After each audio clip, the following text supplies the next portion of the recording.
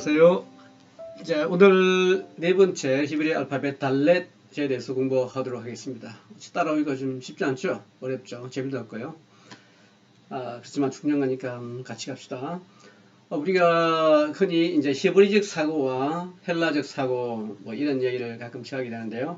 헬라적 사고라는 것은 주로 정적인, 그죠? 주로 철학적인, 사변적인 것이라고 볼 수 있어요. 그래서 신학에는 어떤 어떤 행동보다는 이론적인 것이 많죠. 그래서 구약은 히브리적 사고로 기록이 됐기 때문에 동적이고, 그리고 삶 중심, 행동 중심, 행위적인 그런 내용으로 가득 차 있습니다. 그러니까 주로 이야기로 가득 차 있죠. 자, 그런 것을 감안하면서 히브리 알파벳 D, 달렛을 공부하도록 하겠습니다. 자, 여기 이제 보시게 되면 이것이 달렛인데요. 그림 문자로 되어 있습니다. 이것은 어디서 왔냐 하면 바로 문, 그죠? 문을 형상화한 것입니다. 문에서 글자가 생성이 된 것이죠. 자, 이 문에 대해서 이제 공부하도록 하겠습니다. 지금까지 배운 것이 이제 요 알레프를 배우셨죠? 알레프. 그다음에 베이트, 하우스입니다. 알레프는 하나님, 황소에서 나온 것이고, 베이트는 집. 그다음에 긴멜, 지난 시간에 긴멜을 배웠습니다. 이것은 발. 그다음에 낙타. 자, 오늘은 이제 달렛을 공부할 텐데, 달렛은 칩을 혹은 텐트에 있는 그 문을 기본으로 하고 있습니다. 근데 옆에 보시면 이 그림이 이제 이것이 매미인데 조금 약간 좀 달라요. 이 매미 여기 있는 요 면과 조금 다르죠. 이렇게 시간이 지나면서 조금씩 달라져요. 그리고 이 좀 이렇게 쓰는 사람에 따라서도 조금씩 이렇게 달라진 것 같아요. 정자로 쓴 것처럼 또 필기체로 쓴 것처럼 이렇게 조금씩 달라지는 게 참고하시기 바라고요. 이것은 바버인데 바버가 여기 있는 바버와 이 바버가 좀 모양이 조금 다르죠. 여기 있는 것은 대체적으로 모양이 좀 다 이렇게 달라진 모습을 하고 있어요.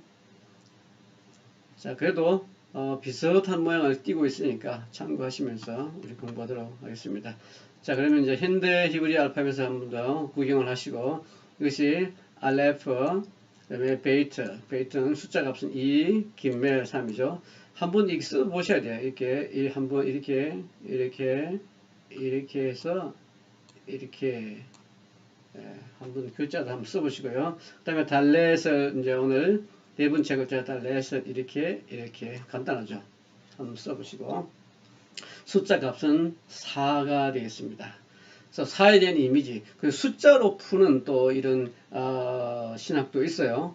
그것도 재밌으니까 참고로 여러분들 개인적으로 연구를 해보시면 좋겠습니다. 자, 이것이 달렛입니다. 네 번째 글자고요. 이것을 쓰면 숫자로 쓰면 달렛, 달레트가 되죠. 달레트. 이것을 그림 문자로 표현하면 달레트입니다. 그래서 문이고요. 그 다음에 이것은 지팡이 혹은 권위죠. 그 다음에 이것은 십자가입니다. 그러니까 달레트는 이죠. 이렇게 문을 나서서, 그죠? 문을 나서서 십자가, 그죠? 권위, 달레트는 권위인데, 권위, 그 하나님 말씀을 따라, 하나님 인도하심을 따라, 어디로? 십자가로 가는 문이에요. 십자가로 가는 문. 그죠? 자, 이 마지막 글자가, 이거 십자가입니다. 달렛, 이 테트라고 하면 타브라고 하죠. 타브. 달렛, 라멧, 타브. 그러니까 결국은 이 알파벳은 우리에게 계속 이 정말 멋진 신앙, 우리의 믿음을 우리에게 가르쳐주고 있고 예수님에 대해서도 깊이 알 수 있도록 가르쳐주고 있죠. 재밌지 않습니까? 자, 문이죠. 요 문이 바로 달레트라고 하는 이미지를 가지고 있습니다. 요한복음 10장 10절, 7절로 같이 보겠습니다. 그러므로 예수께서 다시 그들에게 말씀하시기를 진실로 내가 너에게 말하니 나는 양들의 문이다 그랬죠. 바로 이 문이 뭐냐면 달레트예요. 달레트. 나는 그 문이다. 그 문, 달레트죠. 누구든지 나를 통해 들어가면 구원을 받고 또 들어가며 나오며 초장을 찾으리라. 결국은 이 달레트라는 글씨를 통해서 우리에게 예수님에 관해서 말씀하고 있다. 예수님을 소개해주고 있다. 이렇게 공부하시면 되겠습니다. 예, 달레트는 문을 가리킵니다. 그래서 이제 문을 열고 나가야 됩니다. 어디로 갑니까? 십자가로 가는 거죠. 이 문은 바로 십자가로 가는 문입니다. 자, 달레트라는 것이 있는데요. 그 다음에 이것이 달레트고 이것은 페타흐입니다. 페타흐라고 하는 것은 문이죠. 역시 출입구를 페타흐라고 하고 달레트 이렇게 표현을 하기도 합니다. 계시록 22장 15절 보면 그 두루마리를 빠는 자, 두루마리를 빠는 자고 하는 것은 회개하는 사람들이죠. 회개하는 자들이 복이 있다는 겁니다. 이는 저희가 생명나무에 나아가며 문들을 통하여, 이 문이 뭐겠어? 예수 그리스도를 통하여 들어가는 겁니다. 문 하나밖에 없죠. 바로 예수로 가는 그 문을 통해서. 자, 그 성에 들어갈 권세를 얻으려 함이로다. 계시록 3장 20절 말씀에도 볼지어다 내가 문 밖에, 이것은 이제 라우디 교회에 를 향해서 하는 말씀인데, 라우디 교회는 예수가 없어요. 예수가 어디 있어요? 문 밖에 있는 거예요. 문 밖에. 근데 예수님이 들어갈 수가 없잖아요. 문을 열어줘야만이 들어갈 수 있는 거예요. 강제로 문을 부시고 들어가면 얼마나 좋겠습니까? 걱정이 뭐가 있겠어요. 우리 신앙생활 할 필요도 없어요. 그냥 놀고만 있어도 예수님이 들어오시면 얼마나 좋겠어요.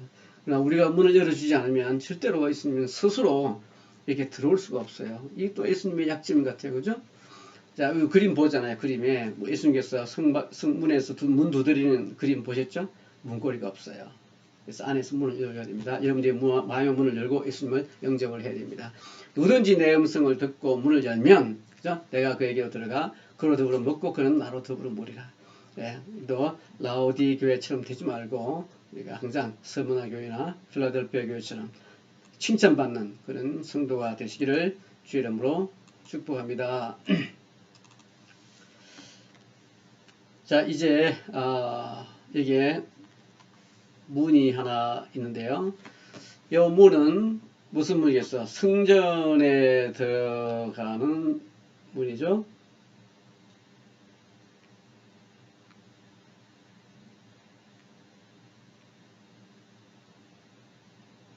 네. 자, 여기 보시면 이렇게 문을 보시면 이제 텐트 오브 미팅, 승막이 여기 있습니다. 승막이 있고 여기에는 이제 그 이스라엘 민족들이 각 지파별로 승막을 중심으로 해서 텐트를 치고 있는 거죠. 진을 치고 있고 그 가운데 이제 승막이 이렇게 있습니다. 승막 공부는 이제 지난번에 다 했잖아요. 그죠?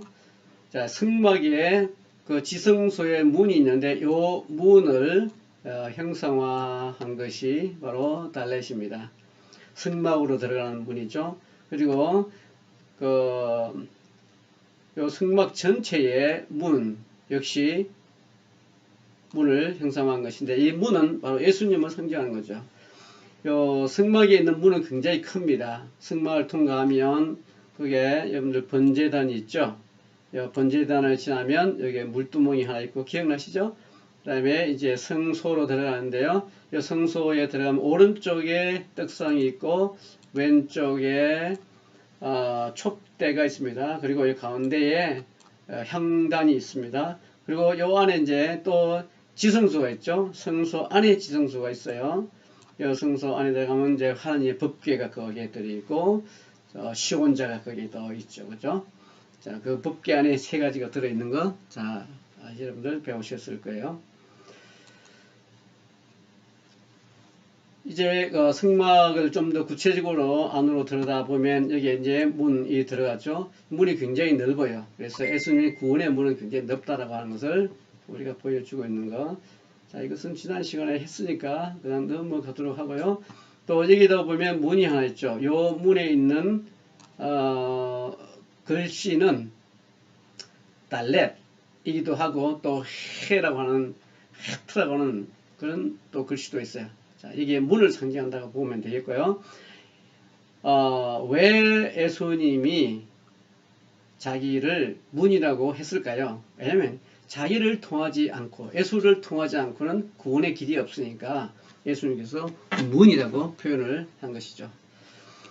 그래서 우리가 말씀을 항상 볼 때 어떤 사건이라든지 어떤 물건이라든지 또 어떤 숫자라든지 이런 것들을 조심 있게 또 주의 깊게 우리가 살펴봐야 되는 것은 뭐냐면 이런 것들을 통해서 예수님을 이렇게 모형적으로 살짝 이렇게 보여주기 때문에 우리가 잘 파악하기 어려워요.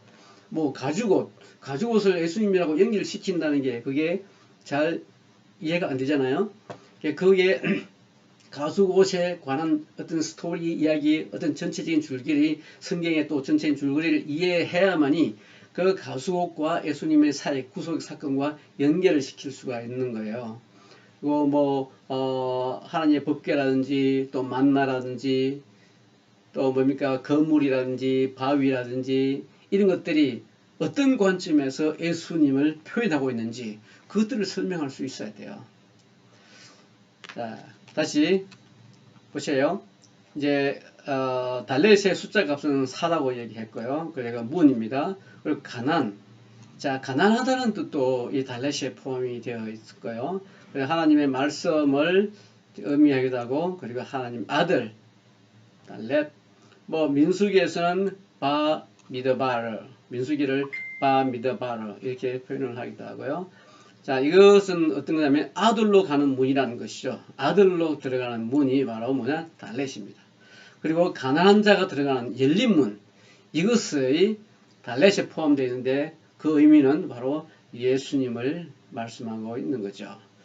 그래서 우리는 예수님에 대해서만 확실하게 제대로 알고 있으면 뭐 문제가 되겠습니까? 자, 여기에 문이 있는 것이 바로 달렛이 됩니다. 달렛. 어떤 문일까요? 바로 구원에 들어가는 구원의 문이죠. 바로 예수님을 상징하고 있다. 자, 여기에도 이제 글씨가 많이 있는데요. 자, 달렛입니다. 달렛. 이것을 읽을 때 달레트라고 읽어요. 자, 이 달레트는 이게 어디서 왔냐면 갈이라고 하는 달이라고 하는 단어에서 왔어.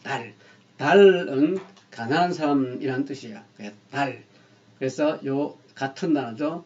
달레트. 여기에 이제 타브라고 하는 것이 있는데 타브는 십자가죠. 바로 예수 그리스도를 말합니다. 예수님께서 굉장히 가난한 사람들에게 관심이 많으셨어요. 그래서 복음을 가난한 사람들에게 먼저 전하고 이렇게 말씀을 하신 것도 우리가 보게 됩니다. 자, 이것은 다바크라고 있는데요. 다바크. 이것은 다바크. 이것은 데레크는 이 다 이제 그 뭐니까 시편에 나와 있는 그 다음 구절이죠. 잘 보세요. 시편에 달렛으로 다 시작하고 있죠. 이것이 또 달렛. 자, 이것도 이제 나중에 알파벳이 다 끝나고 나면 이제 히브리 단어를 공부할 텐데 그때 우리가 자세하게 보도록 하고 오늘은 넘어가겠습니다. 자, 여기 보시면은 또 글씨가 뭐 여러 가지 나와 있는데요. 도어, 그 다음에 달레트, 눈으로 잘 익히세요. 그 다음에 다마. 이거 다마는 뭘까요? 다마는 문이죠. 그리고 water, 물이라는 뜻이고, 눈. 그 다음에 눈물이라는 뜻도 있어요. 그죠? 눈물을 흘리면 물이 나오잖아요. 그래서 그 물이, 맴이라고 하는 물이 들어있어요. 자, 그리고 이게 보면 이것은 다바르라고 그러기도 하고 데베르, 그 모음에 따라서 발음이 달라지는데 기본 의미는 이제 다바르죠. 이것은 하나님의 말씀 그리고 아들 이런 기본적인 의미가 있어요. 다바르, 자, 숫자 다음에 이것은 다라 그러면 가난한, 약한 이런 의미가 있어요. 미드바르. 요 바는 여기서 바는 이제 전치사 인이에요. 미드바르는 광야죠. 광야 안에 이런 의미가 되겠죠. 영어는 전치사와 명사가 이렇게 같이 분리되어 있지만 히브리어는 같이 하나로 한 단어로 이루어져 있습니다. 이게 베이트가 문장 첫 글자가 오면 이거 전치사 인이구나 이렇게 생각하시면 돼요. 사무엘상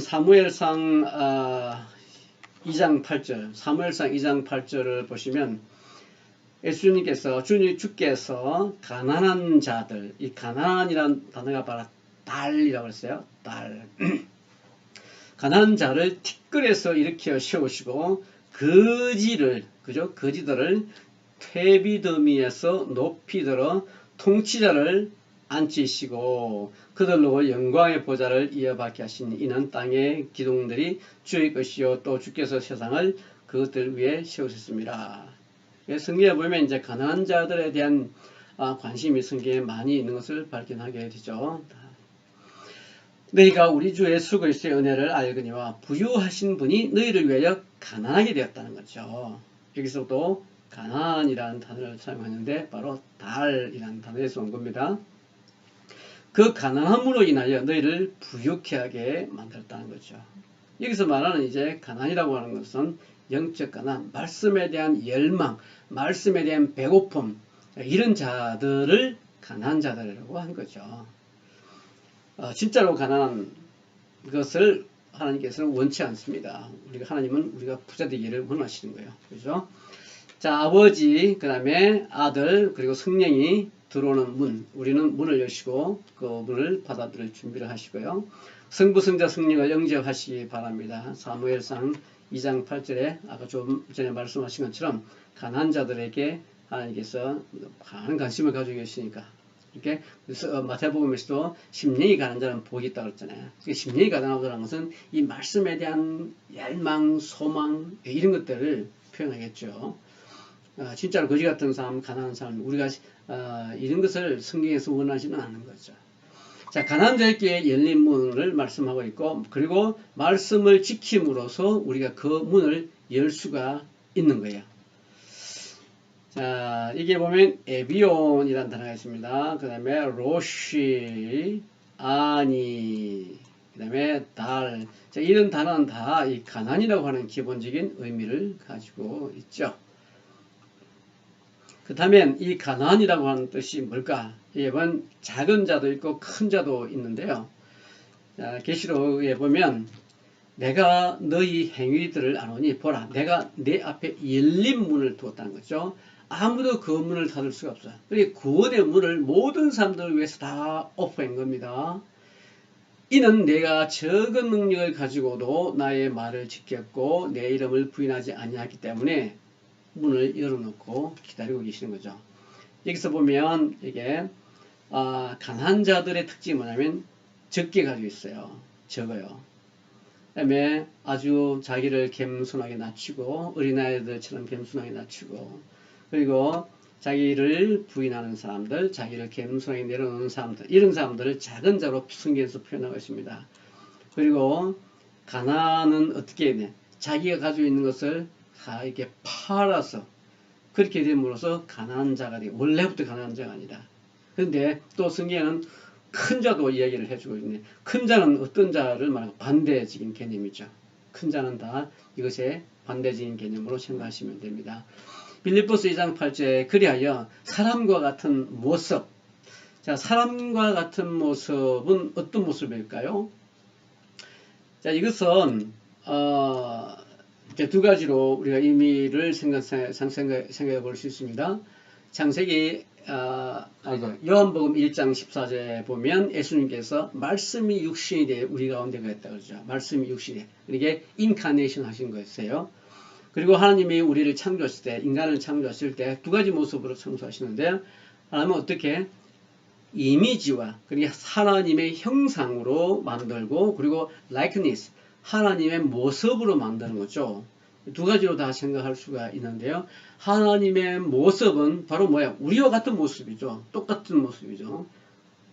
예수님이 외계인처럼 오신 것이 아니고 예수님이 무슨 동물의 모양으로 오신 것이 아니고 예수님이 우리의 모양으로 오셨다는 거예요. 근데 이 이미지는 보이지 않는 것이에요. 근데 우리의 모습, likeness는 우리가 볼 수 있는 모습, 현재 우리의 모습이죠. 그러면 하나님의 이미지, 하나님의 그 형상을 어떤 때는 같이 구별해서 쓰기도 했습니다. 굳이 구별하자면 형상은 보이지 않는 것이야. 그죠? 우리의 모습과 같은 것은 보이는 이미지가 되겠죠. 그래서 우리 현재의 모습을 예수님께서 담고 우리의 모습으로 오신 거죠. 그 이미지 형상을 히브리 단어로 해석을 하면 어떻게 되냐면 바로 예수님께서 오셔서 십자가에 못 박히는 장면으로 등장을 합니다. 그래서 히브리어 그림 문자를 우리가 공부하는 것이 그게 있는 거죠. 결국은 그 모습을 통해서 뭘 보여주냐면 하나님의 그 구속사의 메시지를 그 글씨를 통해서 우리에게 보여주는 거예요. 그래서 초대 이 히브리어를 만든 그 사람들의 처음의 생각, 그 원저자들의 생각을 아는 것은 굉장히 중요한 것이죠. 그래서 구약 구석구석에 히브리어 단어를 알면 알수록 우리는 더 많은 예수님의 모습을 발견할 수가 있게 됩니다. 그러니까 재미없어도 따라오세요. 우리 성경 공부를 물론 재미있으면 좋겠지만 재미없어도 우리가 공부해야 되잖아요. 예, 성경에 대한 깊이를 알면 재밌어요. 자, 다음을 한번 볼까요? 히브리서 10장 20절을 보시면 이는 그가 휘장, 휘장은 뭘 가리켜요? 바로 예수님의 육체를 가리키잖아요. 바위, 예수님의 육체, 예수님을 상징하잖아요. 커튼, 예수님이죠. 그물, 예수님이죠. 만나, 예수님이죠. 뱀, 성경 구석구석에 예수님의 모습으로 다 있는데 우리가 그 모습을 지금 찾고 있는 거예요. 이 공부가 재미없어도 정말 중요한 거라는 것을 여러분 아시고 수업을 꼭 잘 참석하시고 비디오 또 한 번 더 보시고 유튜브도 좀 잘 보시고 클릭도 좀 잘 하시고 그러세요. 자, 히브리서 10장 20절 이는 그가 휘장. 그러니까 그 휘장은 바로 예수님의 육체라는 사실을 우리에게 바로 말씀하고 있는 겁니다. 예수님이 돌아가심으로 해서 이 육체가 끊어진 거죠. 그게 육체가 찢어졌다는 거죠. 이거 바로 보셨잖아요. 누가 보면은 그 건물이 찢어지고 요한복음에는 건물이 찢어지지 않잖아요. 그 찢어지다는 것은 다 예수님의 어떤 고통이라든지 예수님의 십자가의 처형이라든지 이런 것을 미리 예표적으로 보여주고 있다 하는 것을 우리가 알 수 있습니다. 자, 이것을 읽어볼까요? 이것은 쉰이라고 하는 단어입니다. 쉰. 이것은 아인이라고 하는 것에 눈을 상징합니다. 요 쉰은 불처럼 생겼잖아요. 불을 상징하기도 파괴, 이빨 모양을 형상화한 거예요. 그리고 자, 이것은 이제 레쉬, 사람의 머리를 말하는 거죠. 그럼 읽어보면 어떻게 할까? 살 이런 뜻을 이렇게 읽을 수가 있는데 이것은 뭐냐면 문을 말합니다. 문. 그 다음에 밑에 있는 글자를 한번 읽어볼까? 이것은 요드라고 하는 손입니다. 요드. 손이죠. 그 다음에 쉰 이것은 이제 destroy, 파괴하다, 부서지다 이런 거예요. 이것은 바보니까 못입니다. 못. 이것은 눈이죠. 눈은 이제 바라보는 것입니다. 아이는 이제 바라보는 것도 있지만 경험하다 이런 의미도 있어요. 그리고 이 마지막 글자는 이제 보다, 눈으로 보다 이런 의미도 있고, 그다음에 이 사람이 이게 승리를 받고 기뻐하는 모습의 이미지죠. 그러니까 다양하게 의미가 있는데 이것을 쭉 읽어볼까요? 그러면 예슈아가 됩니다. 예슈아는 누구예요? 바로 예수님이죠. 그러니까 그 예수님의 모습에서 이 글씨에서 뭘 보여서 십자가에 못 박혀서 달려 죽는 모습을 그대로 있는 거예요. 그것을 우리가 바라보는 거죠. 글씨를 그림만 보면 히브리 단어의 원래의 뜻을 모르지만은 그 어느 정도의 의미를 우리가 파악할 수가 있다. 자, 보세요. 낮아지고 겸손하기 위해 예수님의 말씀을 우리가 먹어야 하는데 약속의 땅, 새 예루살렘에 들어가기 위해서는 반드시 하나님의 말씀을 먹어야 됩니다. 시편 118편 19절 의의 문, 이것이 바로 샤르입니다. 샤르. 의의 문을 내게 열라. 내가 그 안으로 들어가 주를 찬양하리라. 그 다음에 이것은 주의 문이라 의인이 그 안으로 들어가리로다. 그러면서 주께서 나를 들으시고 나의 구원, 이 구원이 바로 뭐예요? 예슈아. 이 단어가 바로 예슈아예요. 예슈아. 예수라는 바로 구원이라는 단어죠. salvation이라는 단어입니다. 예. 그러니까 이런 문자를 통해서 예수님의 구속, 그 메시지를, 하나님의 계획을, 하나님의 의도를 파악할 수 있다. 이거죠. 여기에 글씨를 보시면 이것은 다그입니다. 다그.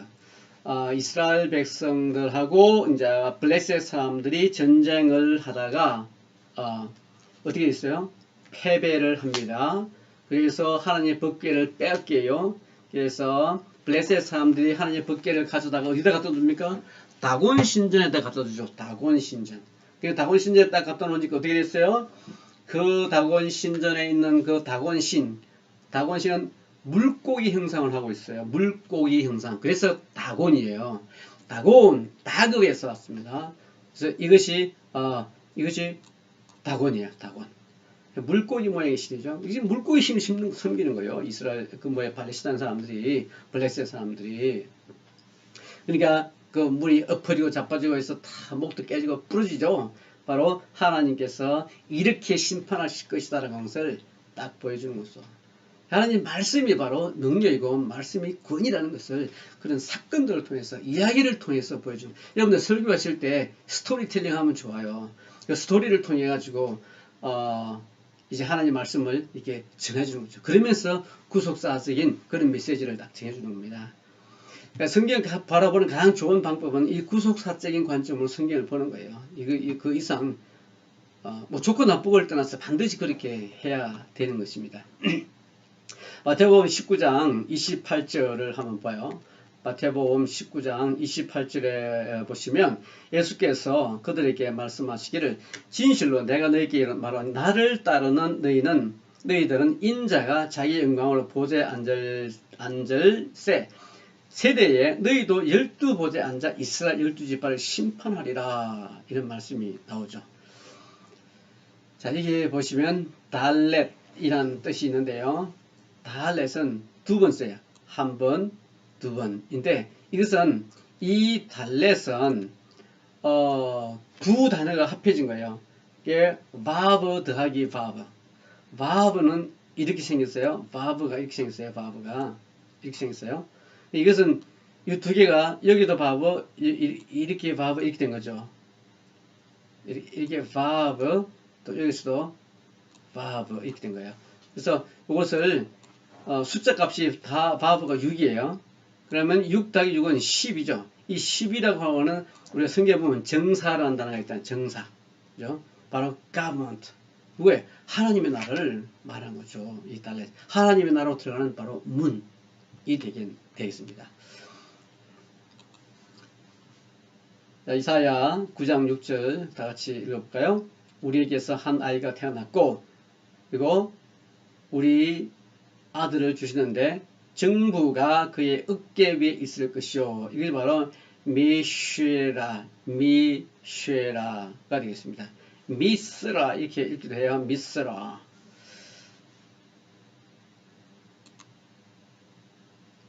미스라 정사. 가버먼트라는 뜻입니다. 정부라는 뜻이죠. 그 정부 뭐게 하나님의 나라를 말하는 거죠. 한 아이는 누구겠어요? 바로 이 메시아가 태어날 것에 대한 한 아이, 바로 메시아 탄생에 대한 예언이죠. 예. 자, 이것이 다비드입니다. 이것이 다비드. 다윗의 마태복음 1장 1절에 보면 족보가 나오잖아요. 족보가 나오는데 14대 끊어져 나와요. 왜 끊어져 나오냐면 그 14라고 하는 숫자가 바로 다윗의 숫자입니다. 그러니까 예수님은 다윗의 후손으로 오신다라고 하는 것을 강조를 해주는 거예요. 그러니까 우리 이방인 사람들에게는 그 14라는 숫자가 그냥 모르죠. 어떻게 알 수가 없잖아요. 그렇지만 그 유대인들에게 있어서 숫자 14는 그냥 상식이에요. 그 사람들은 다 들으면 바로 하는 거예요. 왜냐면 이 마태복음은 유대인들을 위해서 쓴 책이에요. 마태는 유대인들을 위한 사도거든요. 이 유대인들이 예수를 잘 안 믿으니까 예수에 대해서 소개를 해주는데 족보는 믿어요. 근데 이 족보를 통해서 예수님은 바로 누구냐? 바로 다윗의 후손이야. 그러니까 믿어야 돼. 이걸 강조하는 거예요. 그래서 14라는 숫자가 바로 이거예요.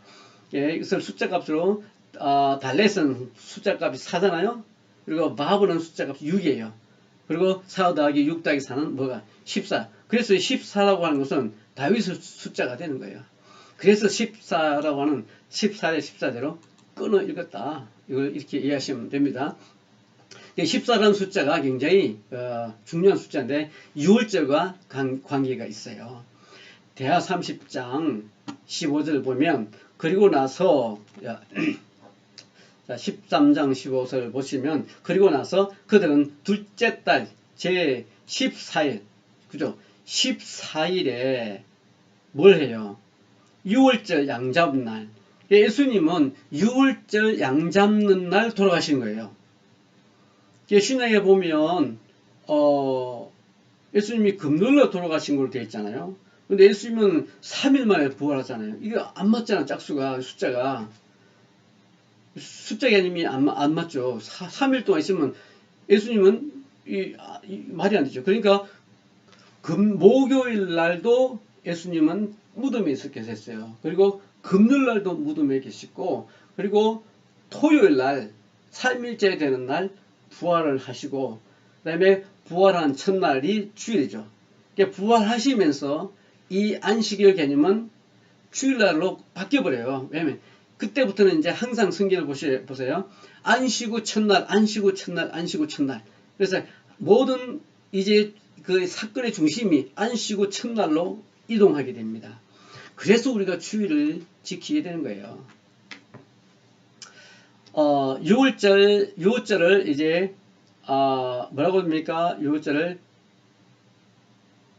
페사흐라고 합니다. 페사흐. 그런데 여기 보면 하가 붙어 있어요. 하 페사흐. 네, 그 6월절이죠. 6월절 중에서도 하 페사흐는 양을 잡는 특별한 날이에요. 누굴 가리키겠어? 바로 예수님. 예수님이 이 날에 돌아가실 거라고 하는 것을 이미 구약에서 예표로 보여주고 있는 거죠. 예언을 해주고 있는 이것이 이제 신약에 와서 그대로 양자님 날 정말로 죽습니다. 이날 같은 시간에 같은 날 예수님이 돌아가세요.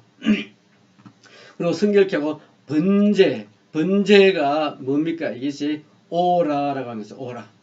이 단어는 오라라고 하는데 번제는 다 짐승을 이렇게 태워서 연기가 이렇게 막 올라가잖아요. 그 올라가는 이미지가 바로 뭐냐면 오라예요.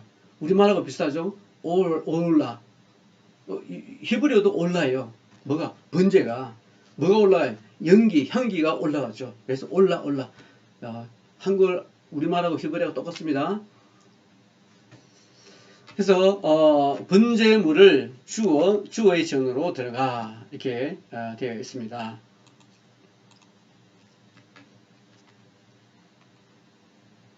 자, 이게 양자음날 보시고요. 자, 여기에 보면 글씨가 하나 있는데요. 자, 이것도 이제 아시겠죠? 달레트라는 것을 하는 거죠. 이것을 달레트 이렇게 고대 문자로 표현을 했습니다. 너희는 좁은 문으로 들어가라. 이게 페타흐입니다. 여기서 말하는 페타흐. 이 페타흐는 문이에요. 근데 페사흐 배우셨죠? 페사흐가 6월절인데 여기서 말하는 그 좁은 문 페사흐는 어떤 문이겠어요? 좁은 문. 이 페라고 하는 것은 입이에요. 입. 요게 보면 요 조그만 이 그림 하나 있잖아요. 요것이 이 상등상 입 안에 있는 목젖이라고 생각하시면 돼요. 입이죠. 말씀하는 겁니다. 타브는 십자가잖아. 십자가를 이야기하는 이 고난은 전도의 문입니다. 이런 전도를 통해서 그죠? 어떻게 돼요? 멸망으로 인도하는 문은 좁고 길고 넓은데 그 길로 들어가는 사람 많다는 거죠. 이게 우리는 좁은 문, 이 좁은 문은 십자가를 전하는 문이에요. 전도하는 문이죠. 예수님을 전하는 문, 고난의 길입니다. 우리는 그래서 전도의 상이 가장 커요. 순교자가 제일 상이 크다 그러잖아요. 순교는 어떻게? 이 전도를 통해서 전도 안 하면 순교가 일어나겠어요? 그리고 14절 보세요. 생명으로 인도하는 문은 어디에? 문은 좁고. 그러니까 전도는 사는 길이죠. 그래서 우리가 선교에 목숨을 거는 거 아니겠어요? 예수께서 당시 그들에게 말씀하시기 진실로 진실로 내가 너희에게 말해 나는 양들의 문이라. 예수님을 통해서만 구원의 길이 있다는 것을 예수님께서 말씀하고 있고요. 모든 육체의 영들의 하나님이여 회중을 다스릴 한 사람을 세우사. 이게 한 사람 누구죠? 이제 한 사람은 다가올 앞으로 올 메시아를 말씀하고 있는 거예요. 그리하여 그들 앞에 나가고 들어오게. 자, 들어오고 나가고 하는 것을 출입이라고 그러죠. 출입을 에쉐르라고 합니다. 에쉐르. 이게 우리는 일단 들어와야 돼요.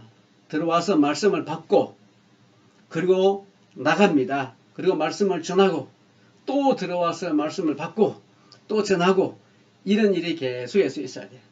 예, 우리는 계속 쏟아부어 먹게 되면 이제는 딸려요. 내 성사님들 대체적으로 말씀이 좀 부족해요. 약해요. 왜냐면 선교지에서 있다 보면 이제 이런 말씀을 들을 기회도 없고 공부할 기회도 없고 사실 한국에 있을 때보다 기도가 더 잘 할 시간이 없어요. 바쁘다 보니까. 그러다 보니까 이게 영적으로 양식이 막 떨어져요. 그러니까 영성도 떨어져, 말씀도 떨어져.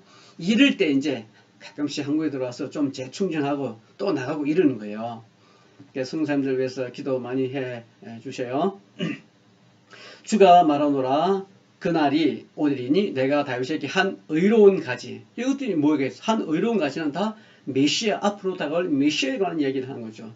그 메시아가 이제 일어나는데 한 왕이 치료하고 번성하고 지상에서 심판 정의를 행하리라. 누구겠어요? 바로 예수님이죠. 바로 왕에 대해서 그죠? 이런 것들에 대해서. 이게 구약은 다 예수에 관한 얘기라는 것을 우리가 말씀을 통해서 알 수 있는 거예요. 출애굽이라고 하는 건 뭡니까? 가나안에 가고 나오고 하면서 말씀을 받고 말씀을 전하고 받고 전하고 하면서 출은 여기서 출은 세상을 떠나는 거예요. 세상에서 나와서 어디로 들어가야 합니까? 가나안으로 들어가는 거죠. 이것이 출입이란 에쉐르라고 하는 단어예요. 입은 또 들어가요. 그래서 가나안으로 나가서 또 가나안에 들어가면 거기서 성전으로 들어가서 하나님 말씀을 받고 다시 출해야 돼요. 세상으로 나와야 돼요. 그리고 말씀을 전하는 겁니다. 그리고 다시 이것이 반복되는 거죠. 자, 이런 것들을 위해서 지금 우리가 훈련을 하고 있습니다. 자, 이거 그림이 뭐죠? 달렛입니다. 네 번째 글자고요. 그리고 이것은 사복음서를 나타내기도 합니다. 그리고 성경에 보면 이제 네 가지 색깔이 등장하죠. 청색, 자색, 주홍색, 실과 그다음에 가는 벼과 염소돌. 여기서 말하는 이제 가는 실 이것은 흰색입니다. 그러니까 네 가지 색은 청색, 자색, 주홍색, 흰색이요. 그리고 네 짐승이 나오죠. 사자 같은 짐승, 송아지 같고 사람 같고 독수리 같고. 우리가 성경 공부할 때도 여러분들 인체를 통한 성경 공부가 있는데 그 중에 하나가 이제 사복음서예요. 이게 마태복음이에요. 마태복음, 마가복음, 누가복음, 요한복음. 요한복음 뒤에 있으니까 잘 안 보이잖아요. 요한복음은 신성에 관련된 얘기예요. 그래서 이것은 이 사자복음이라고 그러죠. 그리고 이것을 송아지복음이라고 그래요. 그래서 이것은 누가복음 인자에 관한 것이냐. 그래서 사람의 얼굴이야. 이것은 이제 뒤는 독수리복음이라고 그러죠. 이것을 지금 설명하고 있는 겁니다. 자, 그때 병사들이 예수를 십자가에 못 박고 나서 주의 겉옷을 들고 몇 조각으로 나눠? 네 조각으로 나누죠. 그죠? 이거 다 사와 관계된 것들이에요. 그러니까 옷은 말씀을 의미하는 거예요. 사라고 하는 것은 사복음서를 의미하는데 여기서 이제 속옷 있는 것도 있는데 이제 속옷은 하나님의 본질. 근데 본질은 하나인데 네 가지의 성격으로 보여주는 거죠. 복음은 하나잖아요. 근데 복음이 지금 사복음서로 되어 있잖아요. 복음을 이제 다른 관점에서 보는 거죠. 그래서 우리가 이것을 공관복음 이렇게 얘기를 하는 거예요. 에스겔서를 보시면 그들의 얼굴을 보니까 넷은 사람 얼굴, 요것은 넷이죠. 또 오른편에 있는 사자 얼굴, 그 다음에 사람 얼굴, 또 황소 얼굴, 그죠? 독수리 얼굴, 사람 얼굴, 이 네 가지로 지금 표현이 되어 있고, 스가랴서에서도 보면 네 영들이 등장을 합니다. 네 영. 그러면 여기서 말하는 사라고 하는 것은 다 하나님의 복음을 다른 관점에서 보여주고 있는 것이죠.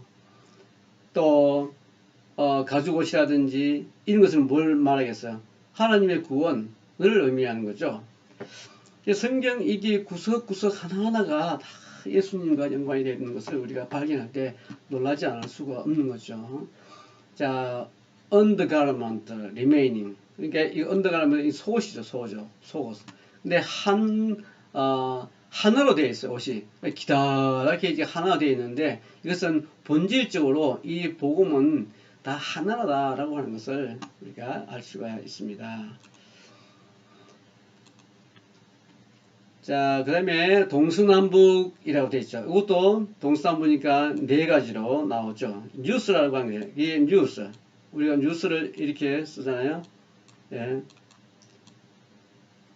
이 뉴스가 바로 뭐냐면, 이건 north, 북쪽이죠. east, 동쪽이죠. west, 서쪽, south, 남쪽. 이 동서남북을 가리키는 거죠. 이게 뉴스라고 하는 게. 사방에서 있는, 동서남북에서 있는 소식들을 뉴스라고 하는 거죠. 그런데 그다음에 이제 오늘은 말씀을 여기까지 하겠습니다. 다음 시간에는 이제 해트에 대해서 공부를 할 텐데 요 해에서 공부할 텐데 그래서 다음 시간에 공부하기로 하고 자 오늘은 여기까지 말씀을 마치도록 하겠습니다.